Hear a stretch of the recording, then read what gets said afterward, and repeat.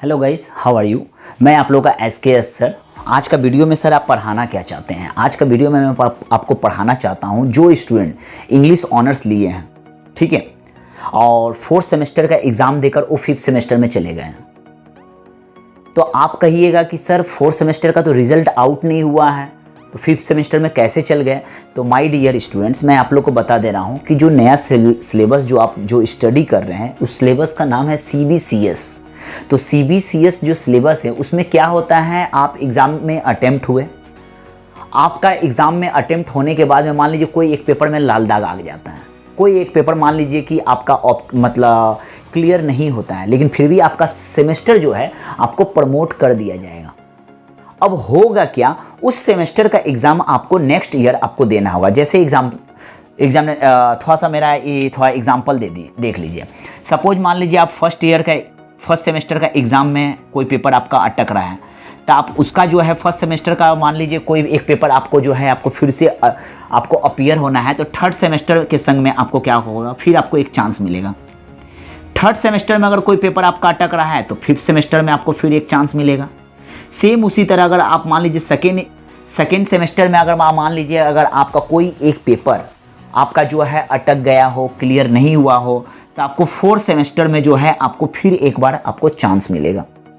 4th semester का अगर मान लीजिए या मान लीजिए सेकेंड सेमेस्टर का पेपर 4th सेमेस्टर में भी आप नहीं क्लियर कर पाए हो किसी कारणवश, तो आपको 6th सेमेस्टर में आपको फिर एक बार चांस मिलेगा। तो यह वीडियो उन स्टूडेंट लोग के लिए है जो मान लीजिए first semester, second semester, third semester, 4th semester तक क्लियर नैया पार कर चुके हैं।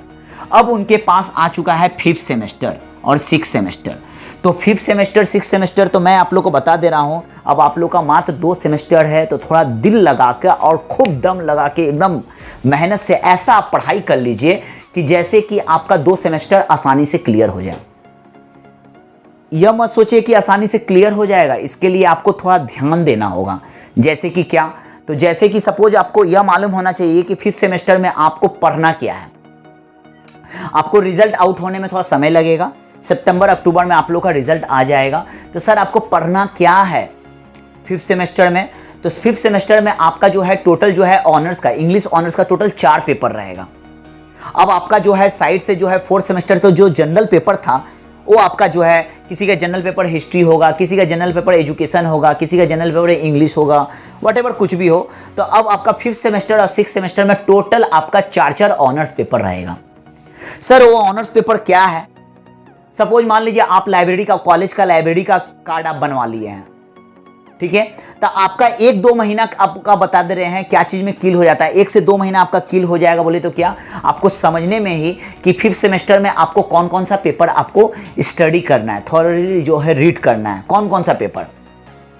तो आज का वीडियो में मैं आपको क्लियर करने वाला हूं कि 5th सेमेस्टर में आपका सिलेबस क्या है, किस किस बुक को जो है आप जो है कैरी करोगे और उसको जो है थॉरली जो है आपको स्टडी करना है। आप कहीं भी ट्यूशन अगर आप पढ़ रहे हैं तो आप उस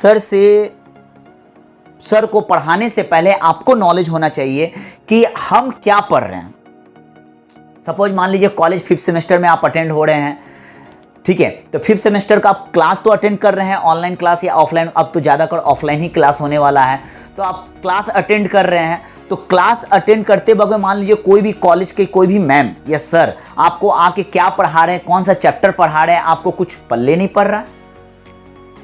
आपको कम से कम कुछ तो नॉलेज होना चाहिए कि सर क्या पढ़ाए हैं, मैम क्या पढ़ाए हैं, कौन सा पेपर से पढ़ाई है, कौन सा चैप्टर से जो है, कौन सा पेपर से कौन सा मान लीजिए आपको जो है चैप्टर जो है आज क्लियर हुआ है। तो आपको पेपर का नाम तो मालूम होना चाहिए। तो 5th सेमेस्टर में टोटल आपका 4 ऑनर्स पेपर रहेगा। और आज का वीडियो में मैं ये भी आप लोगों को बता दे रहा हूं, जब 5th सेमेस्टर का आप एग्जामिनेशन का फॉर्म फिलअप कीजिएगा तो आपको क्या तकलीफ होने वाला है। तो तकलीफ आपको जो मेरा वीडियो को देख रहे हैं उन लोग को तकलीफ नहीं होगा, तो थोड़ा ध्यान से देख लीजिएगा। तो 5th सेमेस्टर में आपका जो है CC11, तो CC के बारे में जो है मैं ज़्यादा डिस्कस नहीं करने जा रहा हूं क्योंकि वो फर्स्ट सेमेस्टर में आप लोगों का क्लियर हो गया होगा। CC मतलब कोर कोर्स, ठीक है। तो CC11 एक पेपर रहेगा, एक CC12 आपका पेपर रहेगा, ठीक है। एक आपका जो है DSC A1 पेपर रहेगा, DSC B1 पेपर रहेगा। सर CC11 में पेपर का नाम क्या है? तो जब आप मान लीजिए कॉलेज का लाइब्रेरी में जा रहे हैं या मान लीजिए कहीं कॉलेज स्ट्रीट या कहीं भी कोई बुक स्टोर में जा रहे हैं, तो आप उनसे डायरेक्टली बोलिएगा हमको वीमेंस राइटिंग का जो है बुक दीजिए, लिटरेचर का बुक वीमेंस राइटिंग। CC11 जो आपका पेपर है, क्वेश्चन मतलब एग्जाम का जो पेपर है, जो बुक आपको स्टडी करना होगा, तो CC11 का आपको इंग्लिश में क्या पढ़ना होगा? CC11 का बुक का नाम है वीमेंस राइटिंग। ठीक है, इसमें सिर्फ औरतों के ऊपर जो है जितना सारा कंपोज किया गया है आपका जो है पोएम, नोवेल, वो सब आपको पढ़ना होगा। CC12 में मुझे क्या पढ़ना होगा सर? CC12 में आपको पढ़ना होगा early 20th century British literature. Means British literature के बारे में आपको स्टडी करना होगा। ब्रिटिश लिटरेचर का जो अर्ली 20th सेंचुरी मतलब 20th सेंचुरी जब स्टार्ट हुआ था, तो उसका प्रारंभिक मतलब स्टार्टिंग में जो है जितना सारा कंपोजमेंट वगैरह हुआ है उनके बारे में मुझे पढ़ना है। ठीक है, मीन्स ब्रिटिश लिटरेचर का अर्ली जो है राइटर लोग थे उनके बारे में मुझे स्टडी करना है। तो CC12 का आपका क्या है पेपर का नाम? Early 20th century British literature. जब आप लाइब्रेरी में जाइएगा या मान लीजिए जब आपके बुक जो है कॉलेज के जो सर या मैम लोग जो आपको लोग को बुक खरीदने के लिए बोलेंगे, तो आप मान लीजिए बुक स्टोर में जा रहे हैं या मान लीजिए आपको कोई पेपर आपको स्टडी करना है या मान लीजिए कहीं से आपको डाउनलोड करना है गूगल से या कहीं से भी, या मान लीजिए आपको कोई ट्यूशन के सर, चाहे मैं हूं या मान लीजिए कोई भी सर हो, आपको कुछ क्वेश्चन आंसर आपको जो है मान लीजिए डिक्टेट करके आपको लिखवा रहे हैं या नोट्स दे रहे हैं कि आप इसको स्टडी कीजिए, एग्जामिनेशन हॉल में इस चैप्टर से यह क्वेश्चन आएगा, इतना मार्क्स का, इतना नंबर का। तो आप सबसे पहले उस चैप्टर का नाम मतलब उस किस सिलेबस से दिया गया, कौन सा पेपर से है, तो CC12 का जो है पेपर का नाम है early 20th century British literature. तो ये आपका जो है CC11 CC12। अब आपका एडिशनल इंग्लिश ऑनर्स का 2 बुक आपका ऐड हो जाता है। जब आप फॉर्म फिलअप करने जाइएगा सेमेस्टर 5th में, जब सेमेस्टर 5th में आप फॉर्म फिलअप करने जाइएगा, तो फॉर्म फिलअप करते वक्त में क्या होता है, DSC का जो है 2 ऑप्शन आता है।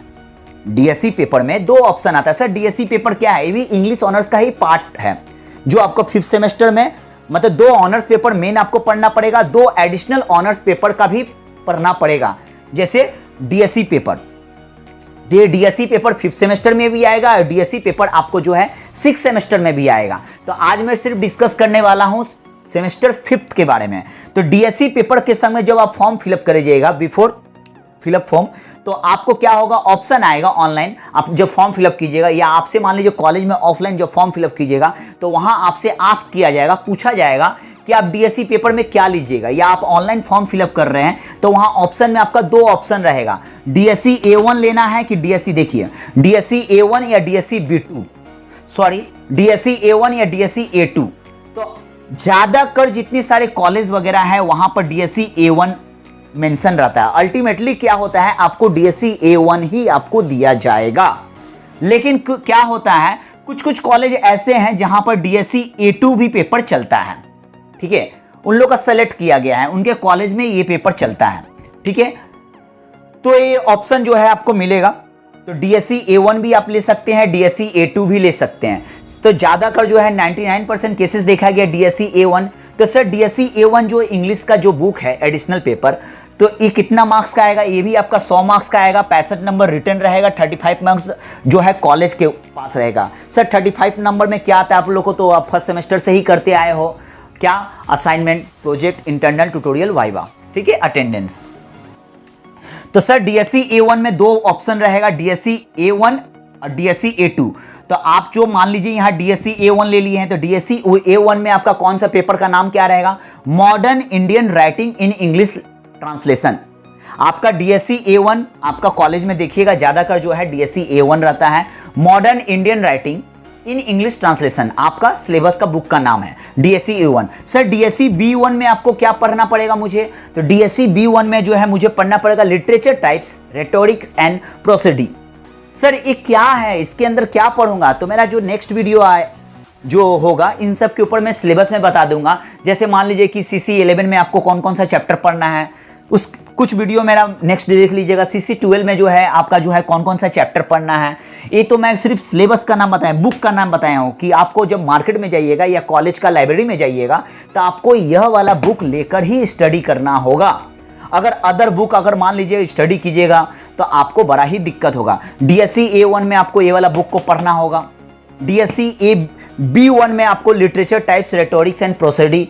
तो मैं ज़्यादा आप लोग को यही बोलूँगा। तो DSC B1 में भी क्या होगा, आपका 2 ऑप्शन रहेगा, B1 और B2। तो आपको B1 लेना है, आपको क्या लेना है, B1 लेना हो। तो ये आपका ऊपर डिसाइड नहीं है, कॉलेज अल्टीमेटली जो है आपको जो है मेंशन कर देगा, ठीक है। तो यह मेरा वीडियो जो है आप इसको बार बार देखिए, कुछ भी दिक्कत हो मुझे कमेंट सेक्शन में लिखिए। नेक्स्ट वीडियो आपके ऊपर मैं क्या बनाऊं इंग्लिश ऑनर्स का, मुझे कमेंट सेक्शन में लिखिए, मैं जरूर बनाऊंगा। और हो सके जो स्टूडेंट इंग्लिश ऑनर्स लेकर जो है ऑनलाइन के थ्रू, मान लीजिए कि ऑनलाइन एग्जामिनेशन में 4th सेमेस्टर तक आ चुके हैं, लेकिन 5th सेमेस्टर में अभी भी उनको डाउट है कि मुझे क्या पढ़ना है, कौन सा बुक लेकर पढ़ूं, किसके पास मैं ट्यूशन पढ़ूं, क्या करूं, कौन सा नोट्स पढ़ूं, चैप्टर में स्कूल के सर मुझे कहां से कहां पढ़ा दे रहे हैं, मुझे कुछ समझ में नहीं आ रहा है। तो आप क्या कीजिए, उनको यह वीडियो जो है लिंक शेयर कीजिए, जैसे उनको भी ये क्लियर हो जाए कि 5th सेमेस्टर में टोटल 4 पेपर पढ़ना है। आई चारों पेपर का नाम क्या है। चलता हूं मैं आप लोग का SKS सर, बाय, फिर मिलूंगा।